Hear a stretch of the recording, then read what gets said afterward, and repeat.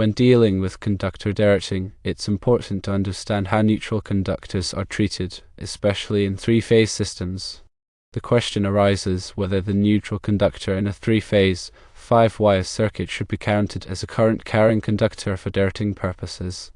In the scenario presented with 320 amps, 125 volts, 3-wire single-phase twist-locks and 120 amps 120/208 volts, 5-wire 3-phase twist-lock all in a single 3/4-inch electrical metallic tubing home run, the neutral conductor from the three-phase circuit is generally not counted for derating. Here's why. In a balanced three-phase system, the neutral conductor theoretically carries minimal current. This is because the currents in the three phases are 120 electrical degrees apart, and their instantaneous values tend to cancel each other out in the neutral. The amount of current flowing in the neutral depends on the degree of imbalance in the phase loads.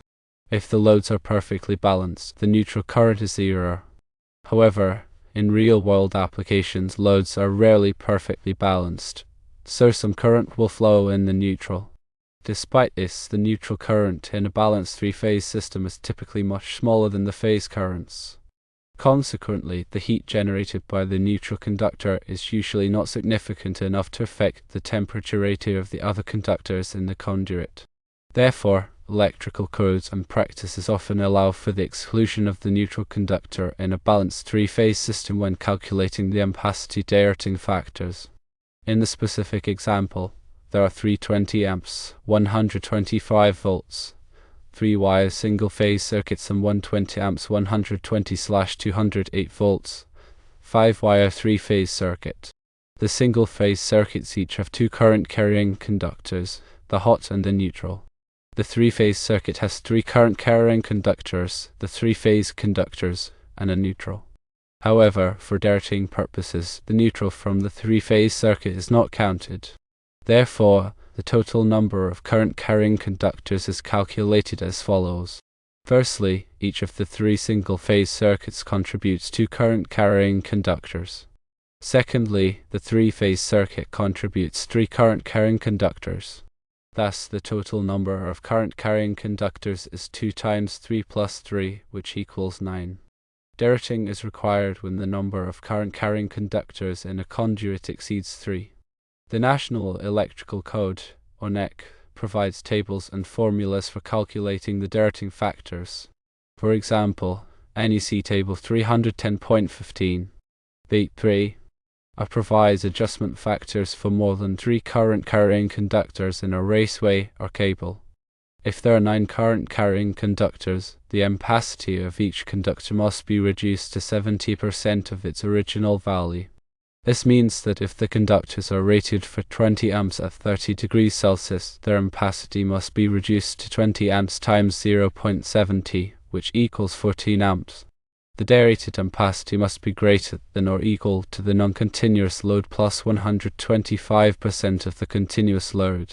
For example, if the load on each conductor is 10 amps non-continuous and 5 amps continuous, the required ampacity is 10 amps plus 1.25 times 5 amps, which equals 16.25 amps.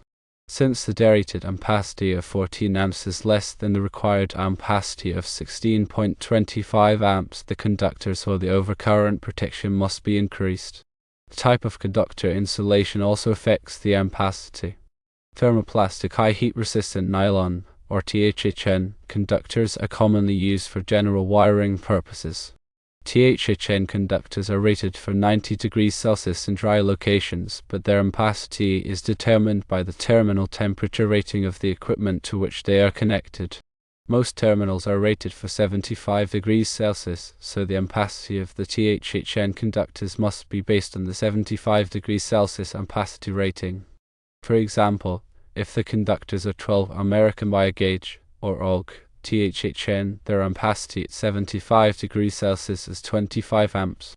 After derating for 9 current-carrying conductors, the ampacity is reduced to 25 amps times 0.70, which equals 17.5 amps. This is greater than the required ampacity of 16.25 amps, so 12 AWG THHN conductors are adequate for this application. The conduit fill also affects the ampacity of the conductors. The NEC specifies the maximum number of conductors that can be installed in a conduit of a given size. The conduit fill is the percentage of the conduit's cross-sectional area that is occupied by the conductors. The NEC limits the conduit fill to 40% for 3 or more conductors. This is to ensure that there is enough space for the conductors to dissipate heat and to prevent damage to the conductors during installation. In this case, the conduit is 3/4-inch electrical metallic tubing. The cross-sectional area of 3/4-inch electrical metallic tubing is 0.533 square inches. The cross-sectional area of 12 AWG/THHN conductor is 0.133 square inches. The total cross-sectional area of 9 conductors is 9 times 0.133 square inches, which equals 0.1197 square inches. A conduit fill is 0.1197 square inches divided by 0.533 square inches, which equals 22.4%. This is less than the 40% limit, so the conduit fill is acceptable. To summarize, when determining the number of current carrying conductors for derating purposes, the neutral conductor in a balanced three-phase system is generally not counted. In the example given, there are 9 current carrying conductors, and the ampacity of the conductors must be derated accordingly. The type of conductor insulation and the conduit fill also affect the ampacity of the conductors. Let's delve deeper into the nuances of neutral conductors in various electrical systems and their impact on derating calculations. The concept of a balanced three-phase system is crucial here. A perfectly balanced system is a theoretical ideal where each of the 3 phases carries the exact same load. In such a scenario, the currents in each phase are equal in magnitude and 120 electrical degrees apart. This results in a complete cancellation of currents in the neutral conductor, leading to zero current flow. However, in reality, achieving perfect balance is nearly impossible. Electrical loads vary, equipment isn't always perfectly matched, and usage patterns fluctuate. This imbalance results in a non-zero neutral current. The degree of imbalance dictates the magnitude of the neutral current.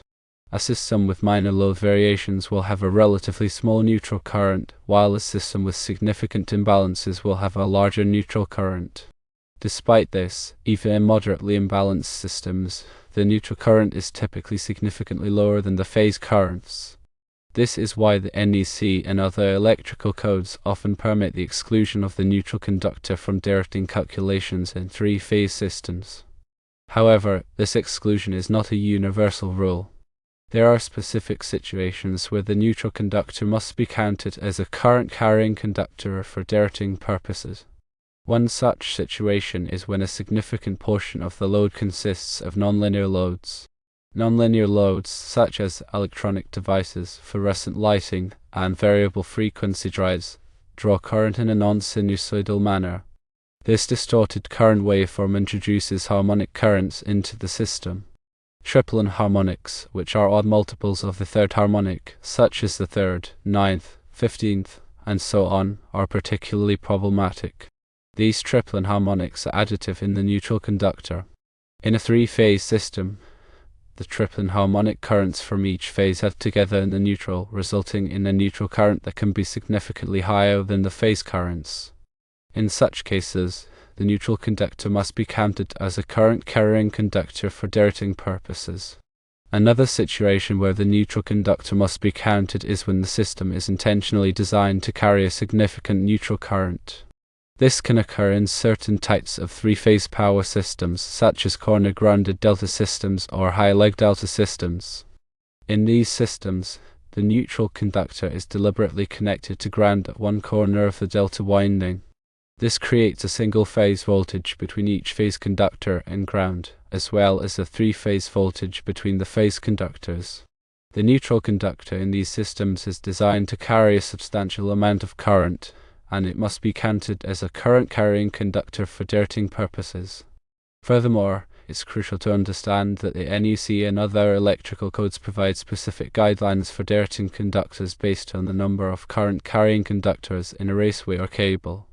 These guidelines are designed to prevent overheating of the conductors, which can lead to insulation damage, equipment failure, and even fire hazards. The derating factors are typically expressed as percentages, and they reduce the allowable ampacity of the conductors. The higher the number of current-carrying conductors, the greater the derating factor. The NEC provides tables that specify the derating factors for various numbers of current-carrying conductors.